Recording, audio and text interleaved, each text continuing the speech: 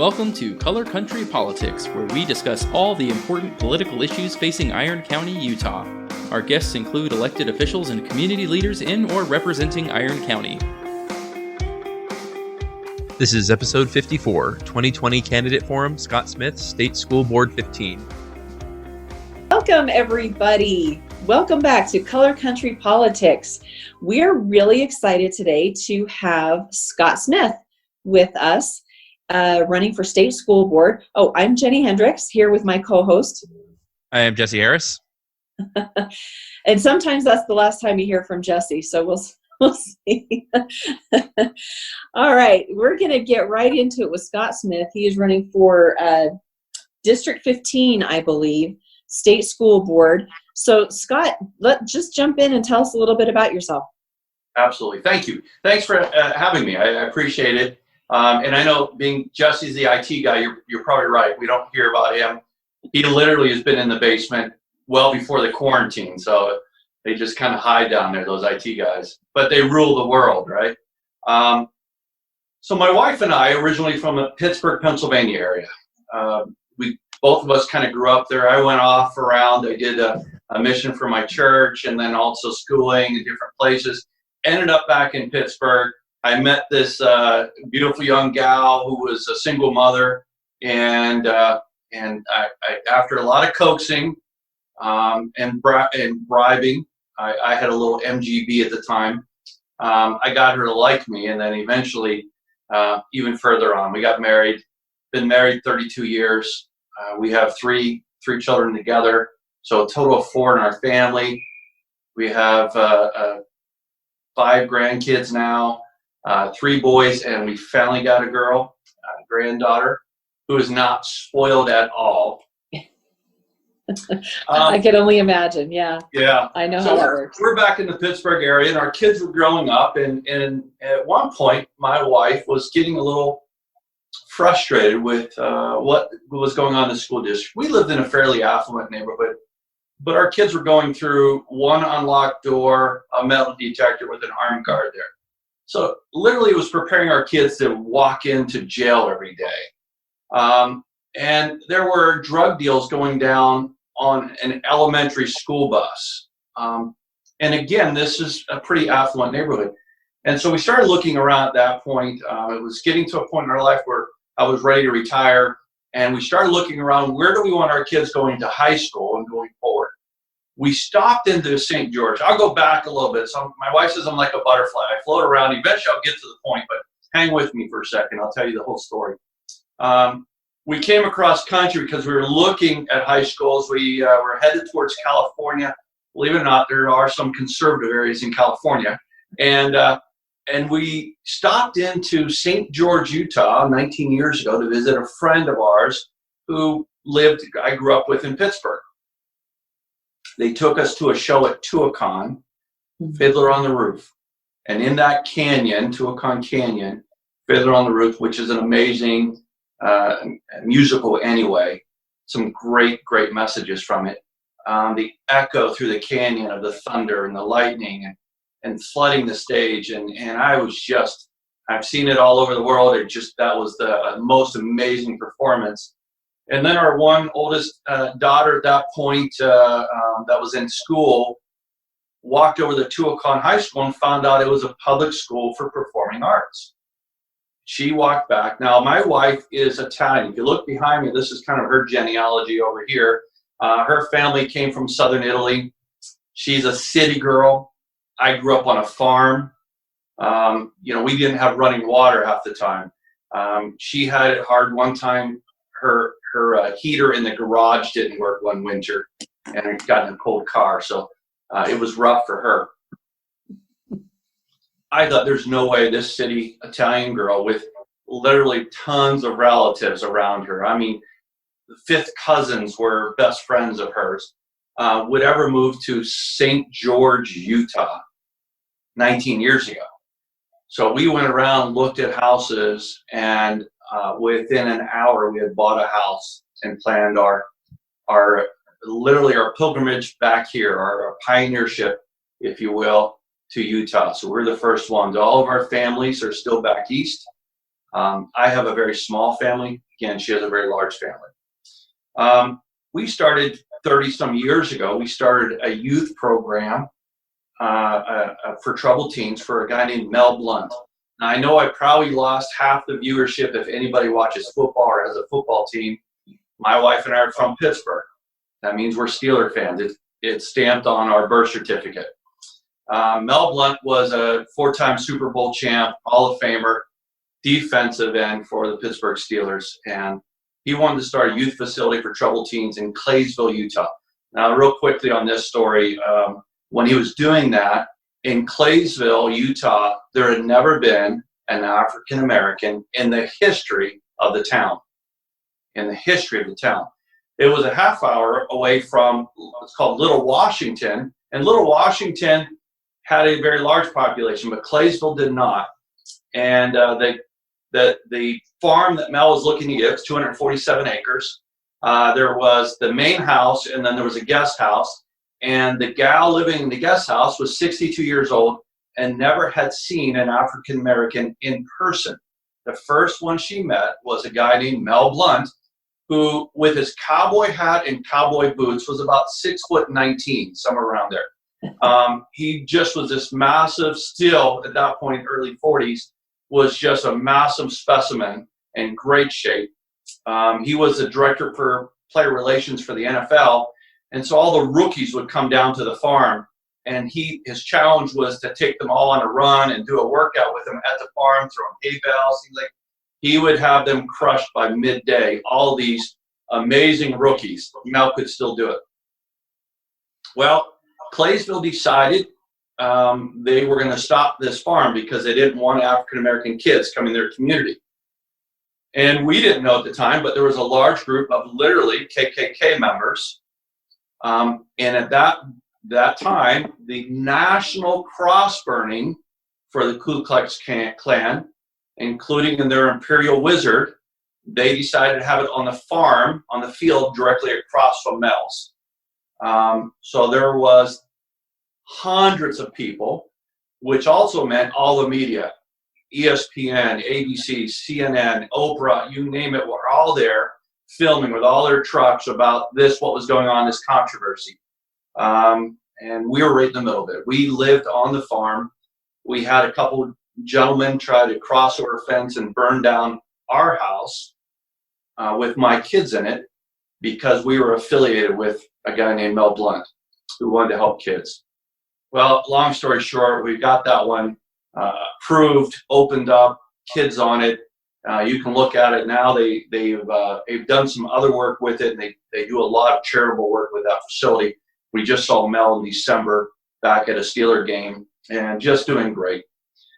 From there, we left that a few years and started New Hope Youth Homes and had 6 different facilities doing troubled teens, pregnant teenager, unwed mother programs, a lot of different youth programs. And then from there, we started personal care homes dealing with mentally challenged adults. We got involved with working with states, helping with their regulations and programs. When we came out here 19 years ago, then Olene Walker asked us to be involved with helping rewrite regulations for the state of Utah, since I had done that a number of times in different states and worked as a congressional advisor. We did that through her and then Governor Huntsman and Governor Herbert. I was also appointed to the state charter school board as a founding board member, did that for 8 years. And so a lot of the charter schools in the state came through our opportunity, the 7 board members we had during that time. I happened to be on the state transparency board at that time, looking at how do we make what we do in Utah more transparent for the citizens and putting together websites to develop that. And I was appointed by Governor Huntsman to do that.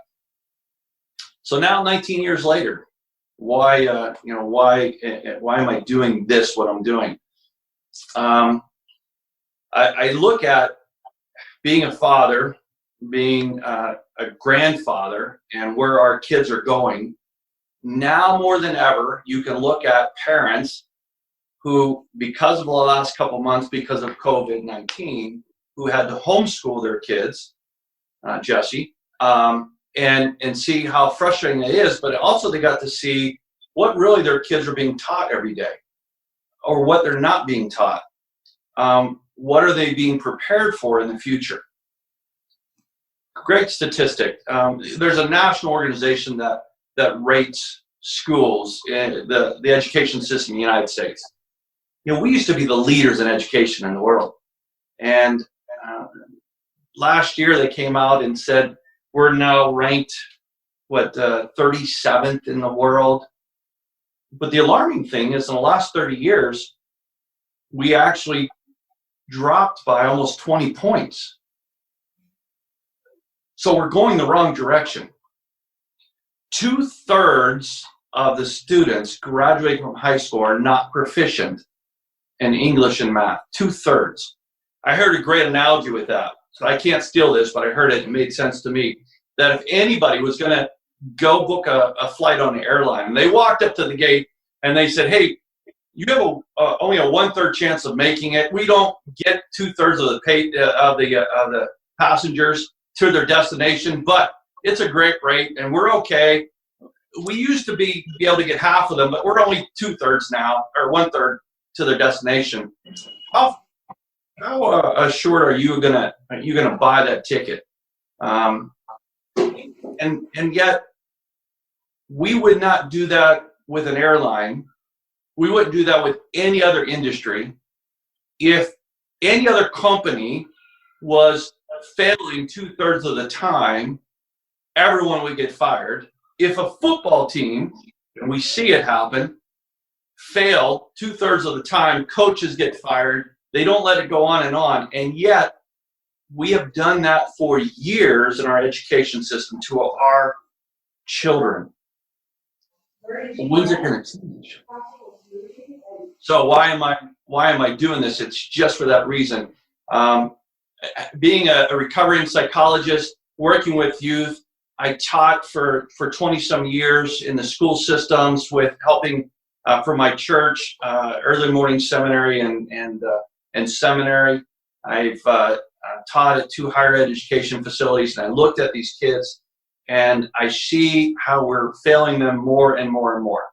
And then we keep trying to nationalize our education system to make ourselves look more like California or New York. Why are we trying to look like places where people are running away from because their education systems are failing more and more? And yet with Common Core and SAGE testing and all the other things we're doing in our education system, we're trying to look more like them so that we can fail more, I guess. So in 30 years, we dropped 20 points. We're going the wrong direction. My grandkids don't know how or have a very difficult time to read and write. There has to be a change. The history of this is typically a school board member. It was a nonpartisan race up to this point. And everyone pretty much knows, although not everybody, I guess, because the school board race wasn't really known. People would just go through the list, and typically they would say, "Oh, there's a female on there."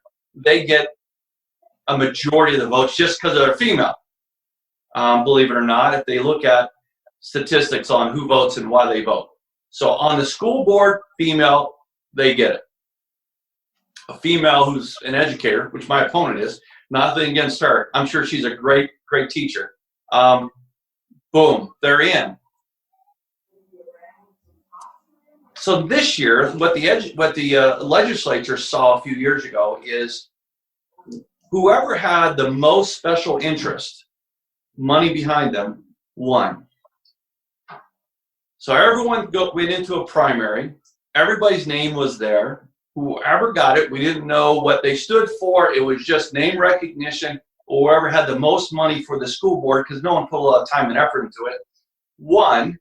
And there goes that's what our school board is. The school board then kind of molds what the Office of Education in Salt Lake looks like for the state. And so they would run it. What the legislature said is we now have a very liberal-leaning state school board, which then means we have a really liberal-leaning state office of education. And how do we change that? Because that does not represent all of Utah. And they decided to have a partisan race. So now everyone has to list who they represent. Are you a Republican, Democrat, Independent?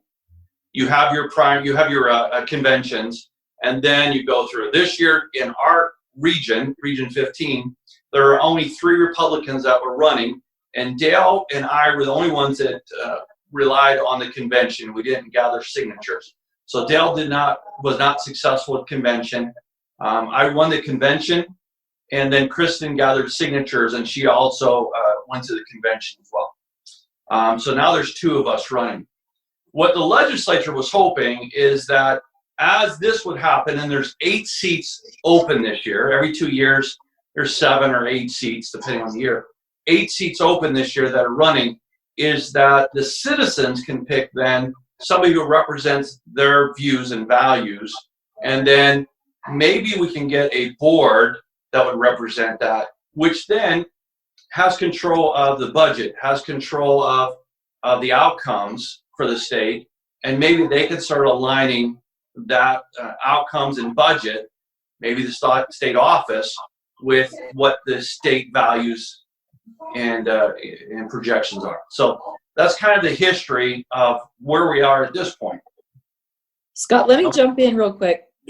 I wanted to just a couple of things. First of all, your story about moving to Southern Utah and falling in love with it. It happens so often. We just live in the most amazing area. So I see that more often than one would think. The area kind of sells itself. It's beautiful. I wanted to ask, because you said 2/3 of graduating seniors are not proficient in English and math. Is that nationwide or is that in Utah? Nationwide. Okay.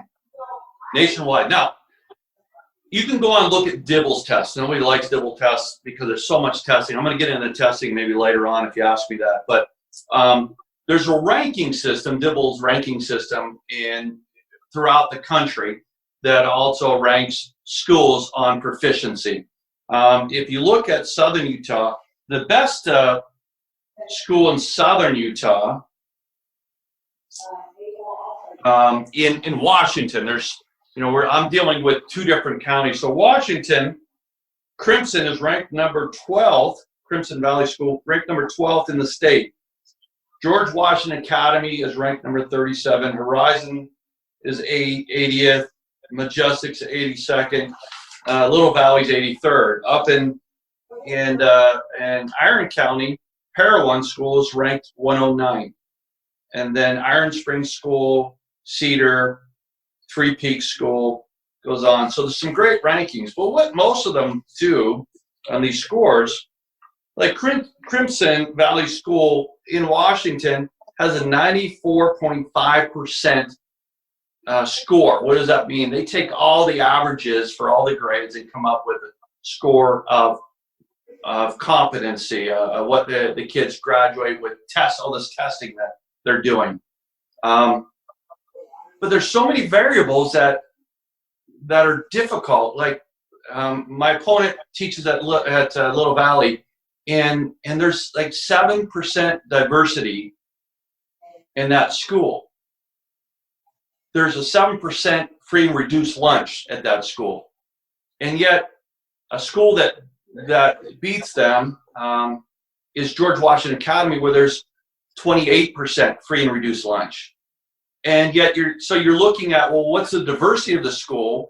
What are the backgrounds of the school? Some schools in Utah, we have a great benefit in that a majority of Utah has a 2-parent family living at home. That's not the case over the United States. We have a great belief system that helps that.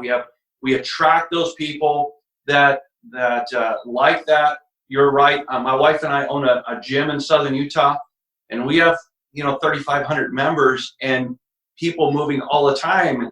And I'm looking at they're not of the predominant faith. They don't even know anything about the area. Why are you here?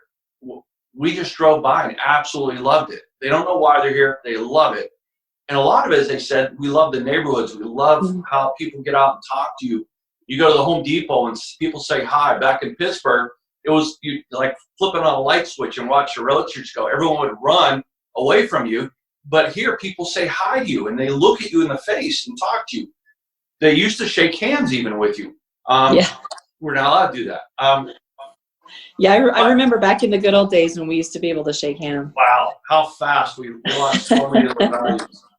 Anyway, hey, Scott, let me pivot just a little bit. Let's kind of, I want to focus on what you're doing and sort of what your platform is. Tell us why you're running for this office. Why is it important for you to be on the state school board right now? Yeah.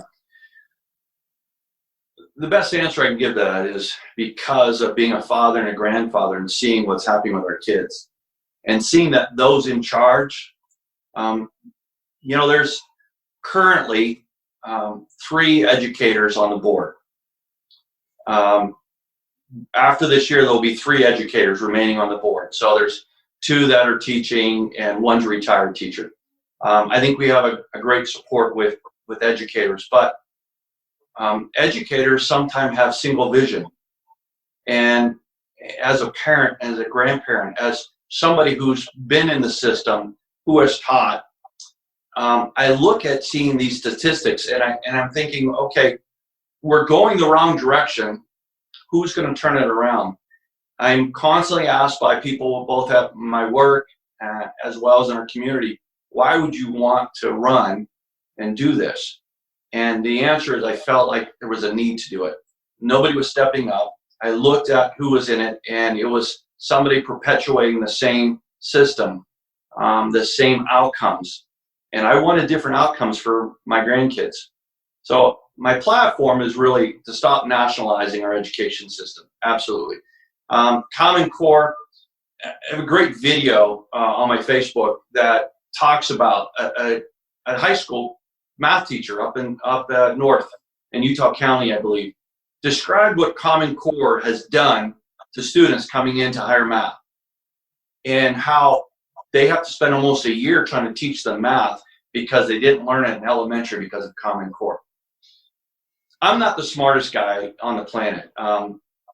I joke about I have 2 PhDs and I can't tie my shoes. And most of the times that's true. I wear slip-ons for a lot of reasons. But the honest point is I challenge a lot of people that try to learn what these kids are trying to do. 2 + 2 used to equal 4. It doesn't anymore. If you can explain why it equals 3, okay, it equals 3. And they use a lot of shortcuts and a lot of different ways to try to get, and kids, they want to know 2 + 2 = 4 consistently. And then we can move on. But they're not doing that. And so Common Core has ruined our kids. It has been proven that we've gone down, we've gone backwards. We're not going forward with it. So why are we continue doing that? And then the testing. Our state auditor, Frugal Dougal, everyone calls him, that our districts are now doing over 400 reports a year. 400 reports a year. And they're saying most of them are duplicate reports. So we're making districts and teachers be test takers and reporting individuals. And that's it. And the Office of Education thinks that's good. The state board says, okay, we're going to continue it. Now, there's a group of individuals that don't like that, and I'm aligning with them. But the Office of Education says, hey, this is what the rest of the country does, so we're going to keep doing it. I don't believe that. I want to see, number one, is if we eliminate a lot of this reporting, especially all the duplicate reportings, do you realize how much we can trim down the Office of Education? Because with every report, there has to be some department that gets that information and works through that information. So let's eliminate or stop duplicating a lot of this reporting. And then the money we save, let's get it down to the teachers. Let's then free up teachers to teach. Let's help teachers get into the new digital age. The last couple of months, they've learned a lot.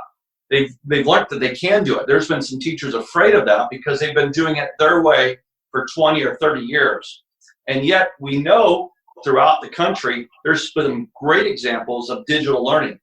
I'm not talking about books on tape, or books on the computer, but I'm talking about truly interactive digital learning, where kids are now able to continue on. No Child Left Behind was good and bad. It was good, minimally good, and it got us to focus on the classroom and the students. It was horrible because the classrooms, the districts are now graded, so if one child failed, they all failed, right? So now we put all the focus on the lowest denominator. So if my child was average or above average, they didn't get any focus, and they had to sit there and wait until everyone else knew it. With digital learning, what's great about that is we get the kids in there, they can now move at their own pace. It's kind of the no child held back instead of no child left behind theory. With that, it also allows then teachers to work with students who need help, but also be creative, and they get excited about teaching again. So as I've looked throughout the country, I'm not just sat here and look. When I was on the state charter school board, and I was the chairman of that board, my wife and I went all over the country looking at all aspects, all public schools, what works, what doesn't. And we saw some great examples of how they're integrating technology. Well, the last 2 months, we found some of the schools weren't prepared with it, even some of the schools in southern Utah. And some of them were. And those that were, the parents are just saying, thank you so much, because my kids are still going on. What it also now is teaching us, next year, education might look a little different. Well, I think we can push that forward. But shouldn't that have already happened? In the last 20 years, shouldn't it have happened? Why are we waiting for a pandemic to happen for teachers to finally say, oh, we got to do it this way, or districts to say it, or the state office of education to say it? We should have been doing it. Once we saw our test scores going down and nationally what was happening. So if a school in Utah, in southern Utah, has a C- proficiency, you would think they would say, we've got to do better. And yet they weren't. Now I think they're going to be forced to do that. I want us to be able to look at excellence, proficiency. How do we make sure kids are competent in what they're doing and not just butts in seats? If they got close to it, we're going to give it to them and move forward. Yeah, I can tell you as a parent who's had 2 kids go through the school system, there's a great deal of frustration. And I think some of your ideas having to do with Common Core and the proliferation of technology will be met very well in this area. So tell us some specifics. What are a few things you want to accomplish if you're elected? I think the first thing really is having that coalition on the state boards of conservative minds. And if we can get that on the state board, and again, there's a few up there right now, and I think there's a few that can get elected. If we can get that, I think, again, it's a very specific, very first thing we'll do. I'm not in this just for southern Utah, although that's going to be my constituency. I want to make sure, but I think if I do something, I want to make sure it benefits all of Utah, right? And I think we can get a group that would like to do that. All of Utah needs to stop this testing. All of Utah. That frees up so much. I think we're having a problem is that we're getting great teachers and we're preparing them for other states. Mm-hmm. We get them in and we pay them just enough to keep them through their first 2 to 5 years. And then they realize I can make twice as much just going 90 miles in one direction or one state over. And because of the digital world we live in, it's really not that far. People get places now. It's not that big of a deal to move, but they're making so much more in the benefits. And so we need to be able to keep teachers here. We've got to find a way to do that. At one point I thought, well, I also don't like having federal government involved. And there's ways around that. I know the legislature fought Greg Hughes. I'm a big supporter of Greg Hughes. He's a conservative, true conservative. I've seen what he's done for since 19 years that I've been here, but he's also a Pittsburgh boy, so I gotta like him. But I saw when Greg Hughes fought to have waivers on on the Common Core. And the federal government at that point under Obama said, okay, well, we'll give you a waiver, but you have to come up with something similar, a plan what you want to do. So they fought for this waiver, gave it to the State Board of Education, and what they do, they came up with Utah Common Core, which is exactly like the National Common Core. There was no difference to it. I think we can change that, but we have to have a conservative board. So I want to make sure we start tackling things like Common Core, like the SAFES testing. I think right now, depending on how this November election goes, again, I hope it continues going the way it's been. I think we've got some good leadership on a federal level. Depending on who our governor is, I think we could have some very good leadership on our state level to where we can get out of some of these federal programs. Now with that, I also like to eliminate all of federal involvement, but then we lose some Title I funding, some free and reduced lunches, some special ed, some things like that. There has been one state now in the union that's, because of all what's going on, decided to opt out. Now that's about 10% or less of your budget.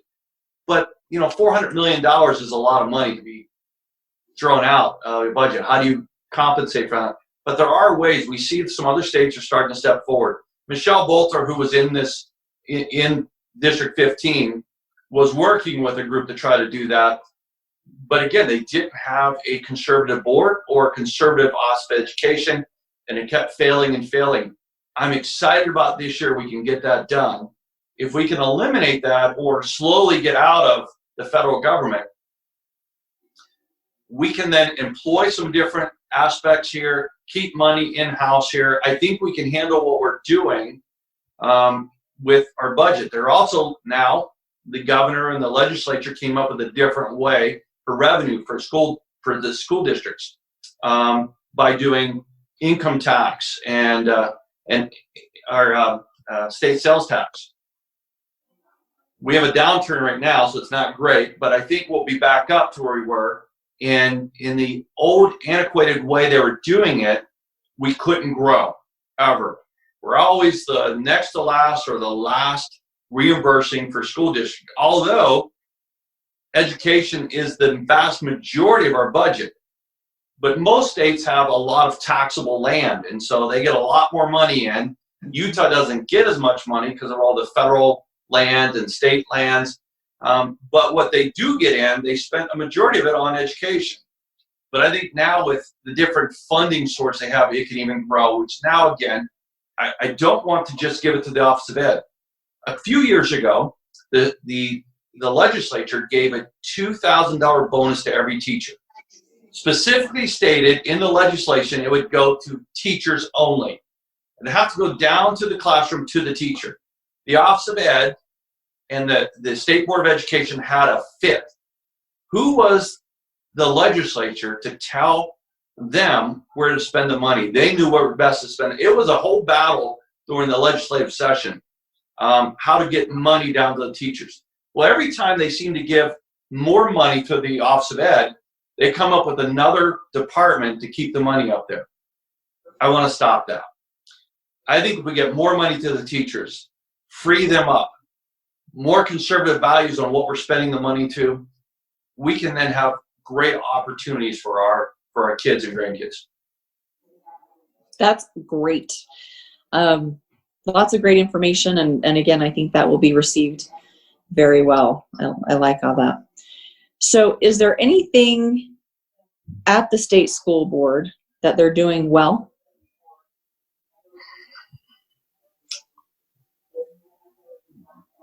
Yeah, I mean, there are some really good people up there. I'm frustrated with the bad things because they're more notable to what I look at.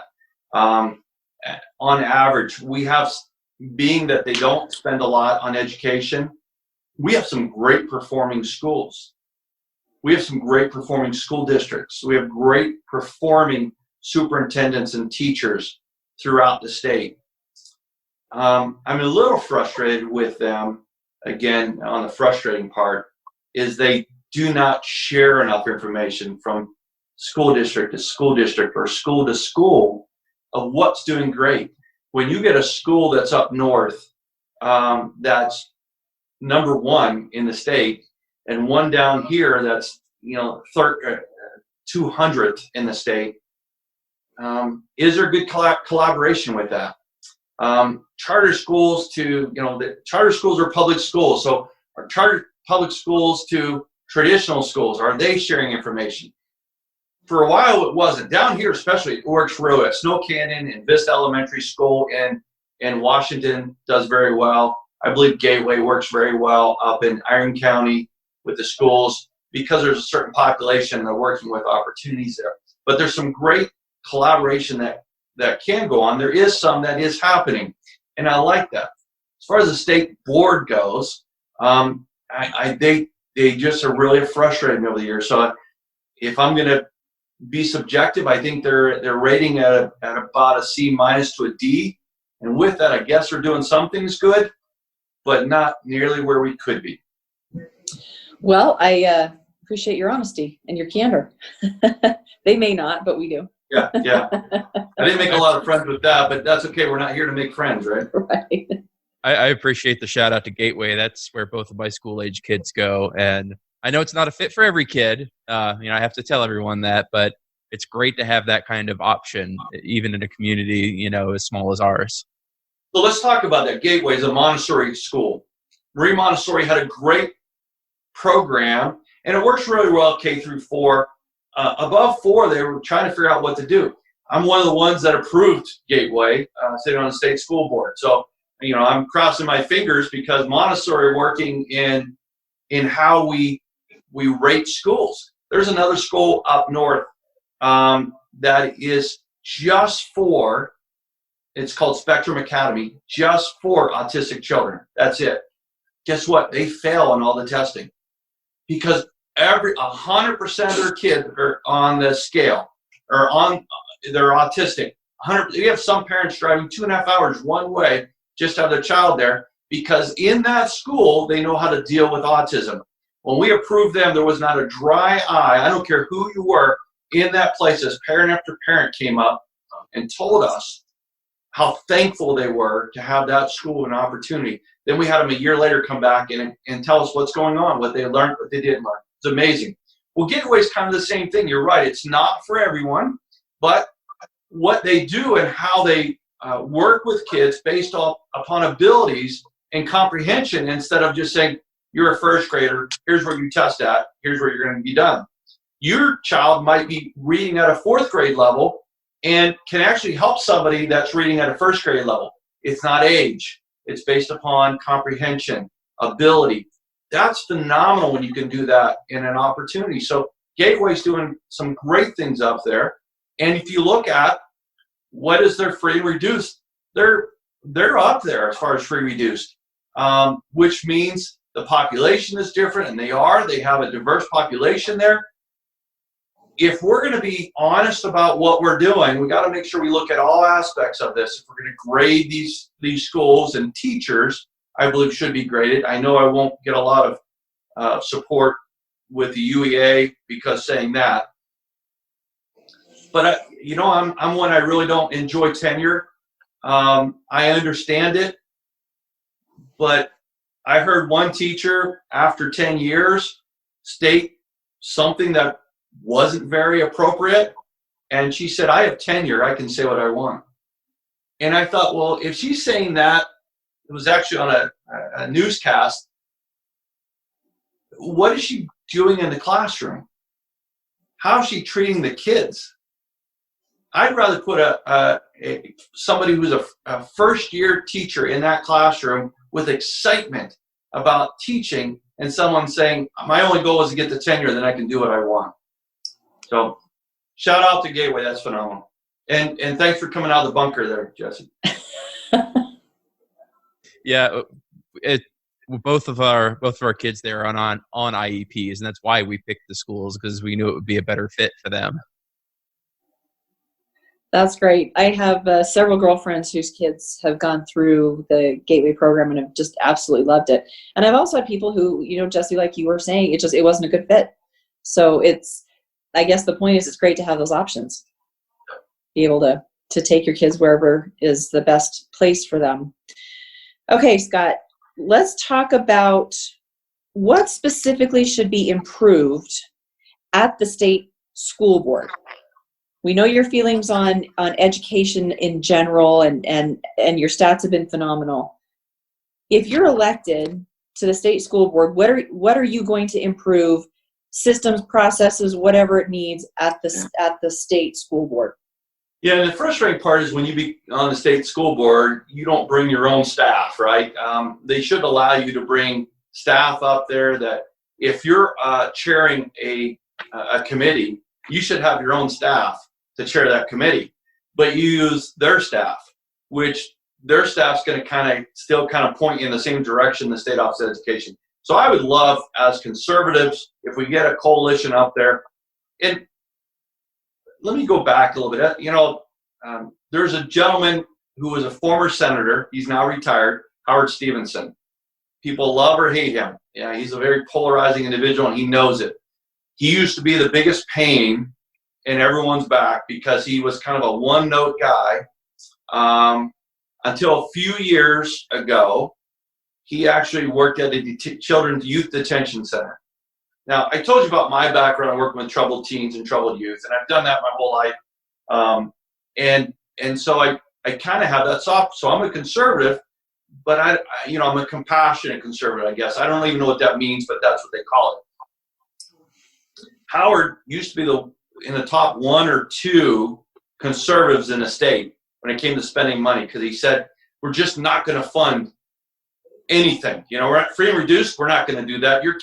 My kids ate at home. Your kids eat at home. We don't need all-day kindergarten. Teach your kids at home, and just kept going down the line of all the things that he believed in. And then he went and worked at a youth detention center. And after a while there, in tears, he realized, and he said to himself, I think I'm the reason why a lot of you are here. Now, there's some statistics out there. If a child doesn't, by the time they're going into school, does not hear 30 million words spoken, they're not going to be proficient in a lot of areas. There's some difficulties. And they were finding a lot of students that were failing were getting between 5 and 6 million. Now, I don't know how they counted that, so don't ask me, all right?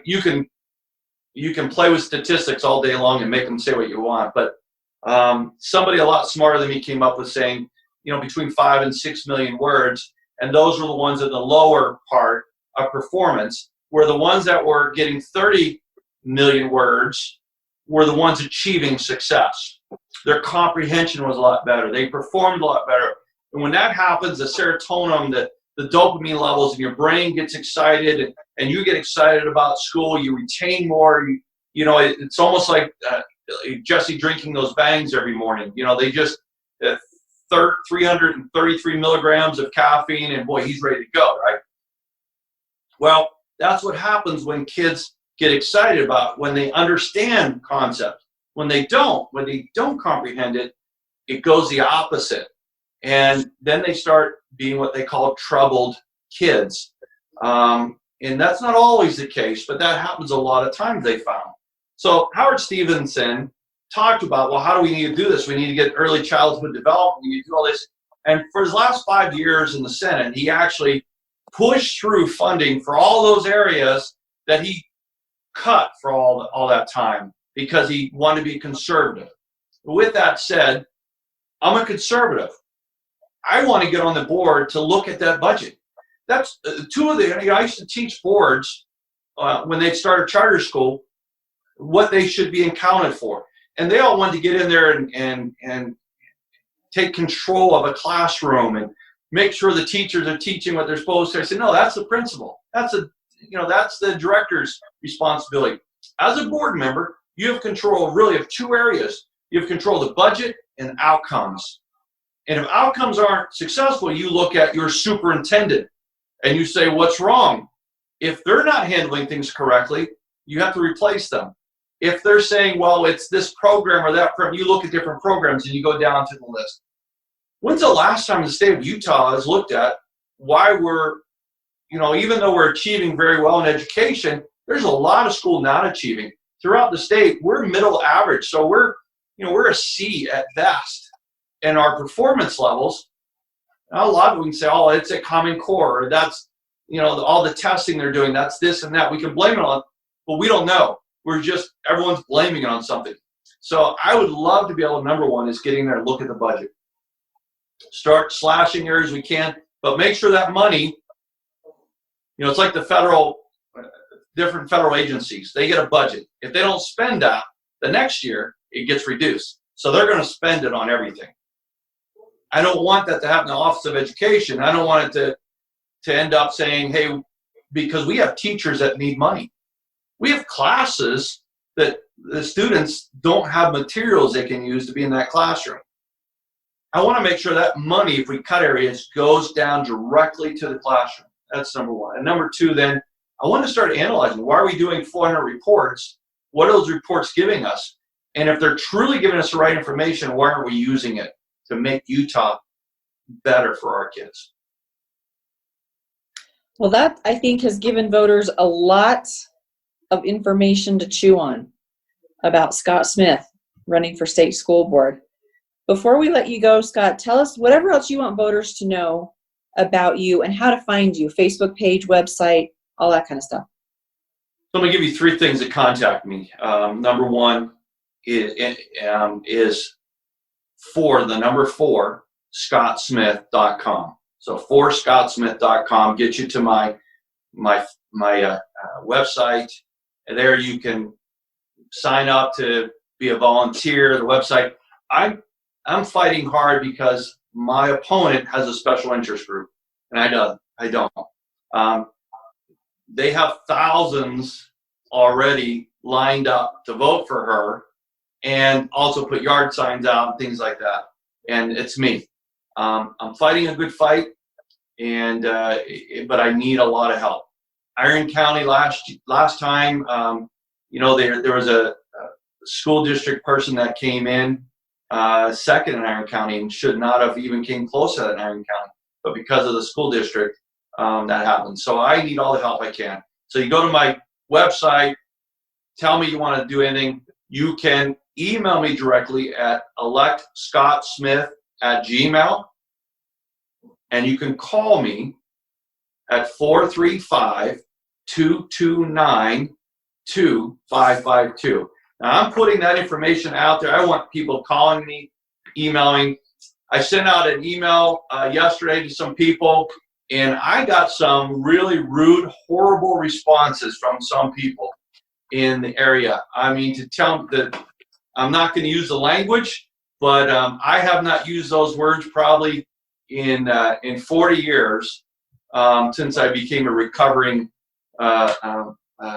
whatever I was back then as a teen. But I can take it. I'm thick skin. I can take any comments, any suggestions, any criticisms. That's all. I mean, that's what we're supposed to do as elected official.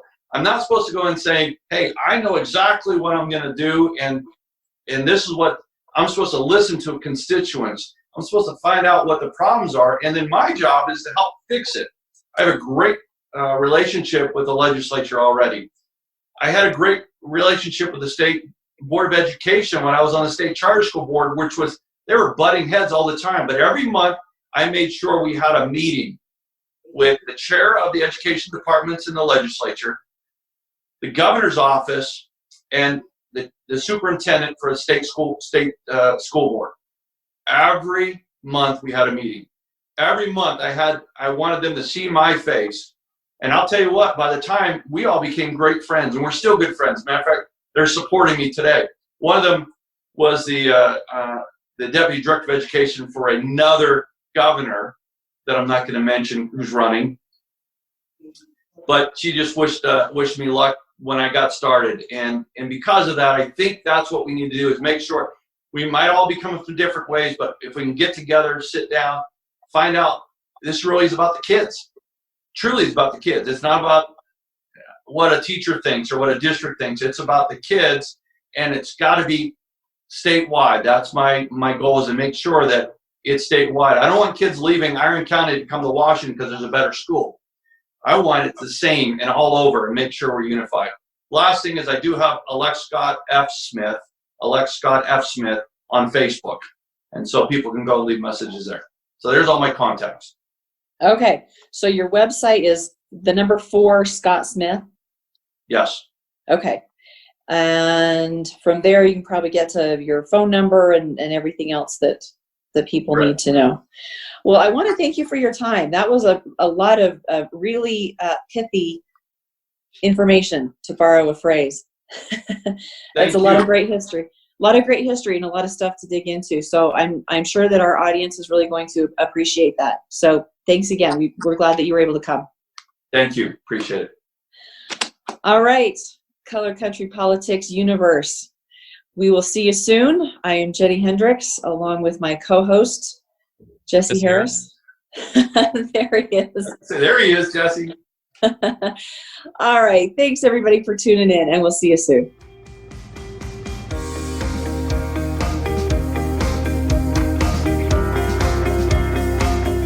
You've been listening to Color Country Politics, a production in cooperation with Utah Politico Hub and graciously sponsored by Century 21 Prestige Realty at 121 North Main Street, Cedar City. Special thanks to Amoeba Crew for use of their song Background Indie Rock, licensed under Creative Commons. Subscribe to our podcast on iTunes, Google Play, or wherever fine podcasts are found.